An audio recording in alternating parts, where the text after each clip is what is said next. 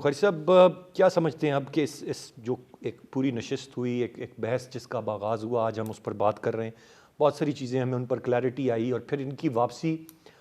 पाकिस्तान के लिए कितनी फ़ायदेमंद होगी और कितनी बेहतरी हम आने वाले कुछ माह में देखेंगे अगर ये इनखला इसी तरह से जारी रहता है? बिलाशुबा पहली बात तो ये है कि अफगानिस्तान के तमाम लोग वो पाकिस्तान की मुखालिफ बयान नहीं दे रहे, वो पाकिस्तान के एहसानात को याद रखते हो, मजहबी और दीनी लोग हैं, वो ईमान के और दीन के मुताबिक को समझने वाले लोग हैं। उनको बखूबी बात कहने में, जैसे भी शाह फरमाया, हमने कल वहां जो फिक्र सुना वो इससे भी बड़ा था कि बड़ी तादाद में, लाखों की तादाद में अब भी कानूनी तौर पर हमारे अफगानी भाई पाकिस्तान में मुकीम है, पूरी इज्जत के साथ, पूरे तहफ़्फ़ुज़ के साथ, पूरे एहतराम के साथ। वो हजारों की तादाद में नहीं, लाखों में बहुत बड़ा फिगर है।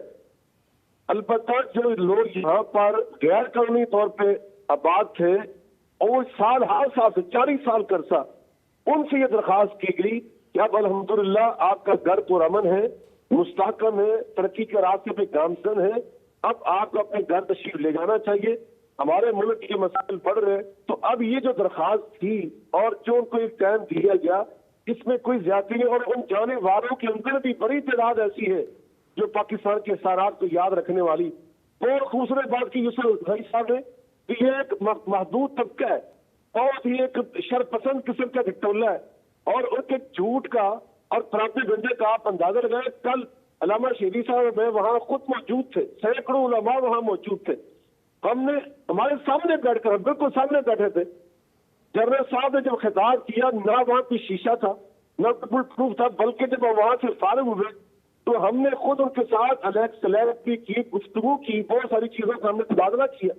कोई रुकावट ही नहीं थी। बहुत सारे उलमा के साथ वो मुशाफर मिले। तो ये इतना प्रोपेगेंडा और झूठ का ये सहारा लिया जा रहा है। तो जहां तक ताल्लुक है कि उनके जाने से पाकिस्तान की, देखिए इतना बड़ा बोझ है, लाखों की तादाद में। और हमारे जैसे अभी शहीदी साहब ने बताया कि कल ये बात वहां जेरे पास आई,